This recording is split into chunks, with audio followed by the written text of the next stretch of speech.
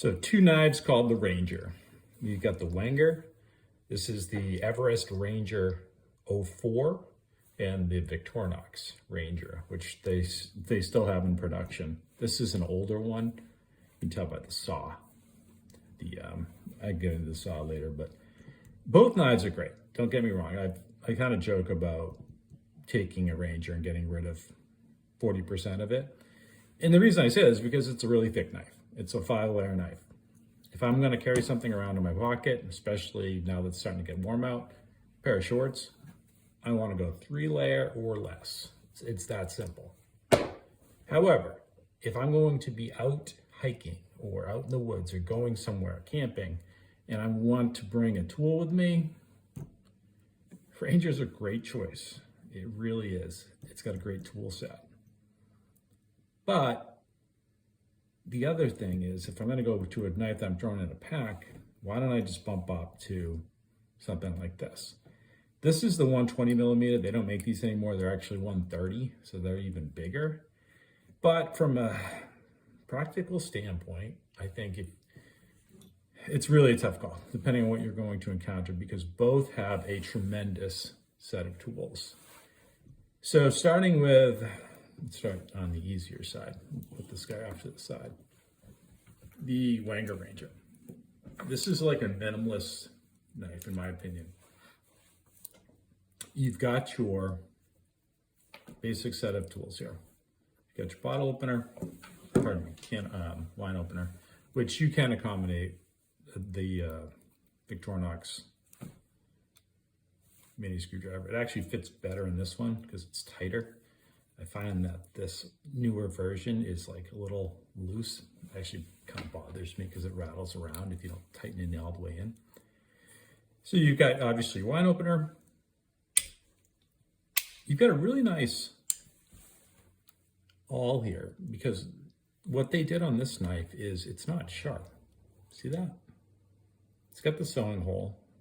I don't know if you'd actually use it because of the size of this thing.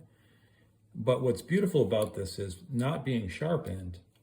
It's good for like poking a lace through. Say you broke a lace and you have to get it through a shoe, which can just be infuriating sometimes. Something like this is going to do a better job than a sharpened awl that potentially is going to cut up the fabric or lace. So I like that. It's a nice little thing to have. And it does work on metal. I've taken like an old washer or something and been able to scrape out some of the aluminum using this. So it is useful for that particular purpose also. Then you got your opener layer, pretty aggressively sized, slotted cap lifter.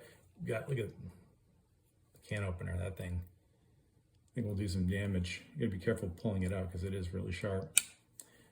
You've got the stubbiest little inline Phillips, but that thing's going to get the job done if you need a Phillips out there in the field. And then really, I mean, this is why you buy this knife, right there. That's it in a nutshell. So these pliers, let's start there. They are similar to Victorinox in that they are basically strong tweezers. See how thin those things are? You are not going to be doing anything of difficulty as far as like loosening a nut or cranking down on something with these. They're just not capable of that. They've got this slip joint. They've got the little hole for, I believe, like to bend a wire or something. These are basically tweezers. You can like pull a tick off yourself with it, maybe. You can pick up something hot. Pick up a little, little items. That's all. That's it. But they're great to have, especially when you're out roaming around the woods. You've got something stuck in your leg or something. I'll pull it out with this. These can be very helpful. It's very nice. I like them. They're a bit strange. They've got this. They don't have the spring like the Victorinox ones do. The Victorinox ones use basically the same spring for the scissors. And this is kind of a neat setup. You can actually crimp things in here, but it does this weird pivot. I'm not super crazy about it. It's just kind of weird. See how it does that? But they work, and I like them. Now, I mean, right there. Look at the size of that blade. From a comparison perspective, right? And it's locking. It's an extremely nice blade. You just do it with your thumb. There's a, see in there, see how it slides? That's how it works. And then this guy. Let me tell you something about this saw. It's amazing. Absolutely amazing. So just as a comparison, right? Get your Victorinox, which, look, this thing's great on plastic especially, and because it's so small, you can manipulate it around little things. It's great. I like this little knife. This is my little cutter knife, by the way. Just got the little saw in there. I got the metal saw blades. Yeah, it's a whole nother video.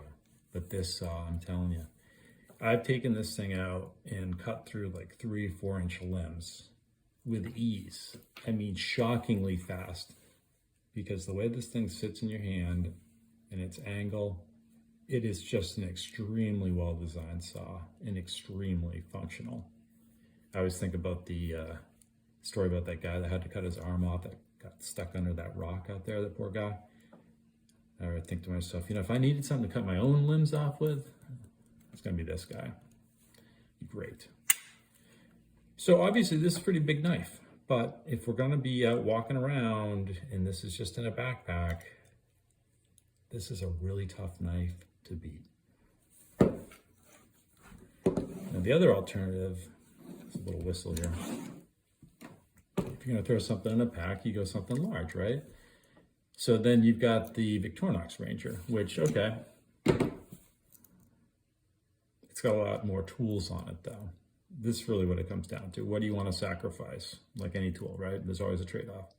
So you've got a nice set opener layer, traditional opener layer. Then you've got obviously your scissors. That's going to be pretty nice to have if you're out, you need to cut through some rope or something, or you have a little picnic, you need to open up a little package. These are nice, right? Then you've got, obviously, you got your small saw, you've got your file, which is nice. And the new file / saw is actually really, really aggressive and very useful. I use this quite a bit. Just, I used it the other day for, I had to cut a bolt. It was like an M8 bolt, so pretty thick.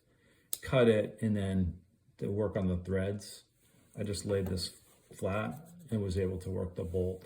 So these things are very useful, the new ones, and you can cut through metal with it. So the new Ranger was going to come with this saw. Pretty sweet. So you're going to have those two saws, and then obviously your knife layer. And then the other thing about the Ranger, though, is where it really shines, is the back tool set is unbelievable. So you've got your hook. Now, back to pulling a lace through a shoe, you could use it for something like that. I know I've seen videos where it will pick up like a hot handle off of a camp stove. You can use it for that. You can use it as like a little rest, whatever you want to do with it.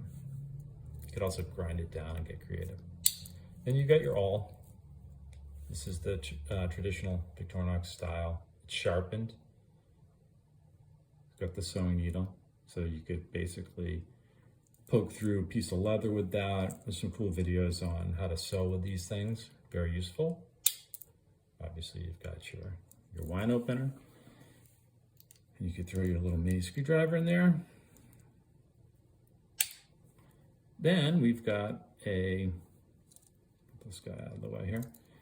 You've got this little wood chisel, which is pretty nice. And then you've got the fine screwdriver.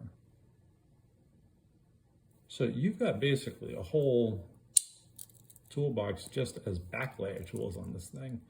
And then you've obviously got your front layer. And what are you missing here? Like an inline Phillips, magnifying glass, the fish scaler. I mean, yeah, you can get away without those things. I mean, this knife is pretty nice.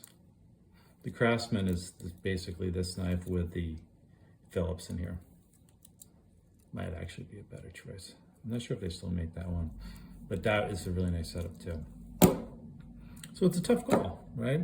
I don't think you can go wrong with either. This one's still in production, and it's, I think, extremely well priced for what you're going to get, versus something like this guy. You know, this is something you're gonna find on eBay, but I mean, look at that. It's a really nice blade. And again, if you're actually going to be out camping or really spending some time in the woods, I think having this saw is worth it. If you need just a nice set of tools with some versatility, I think this thing is pretty nice. Can't really go wrong with either. And you know, you can measure this, but thickness wise,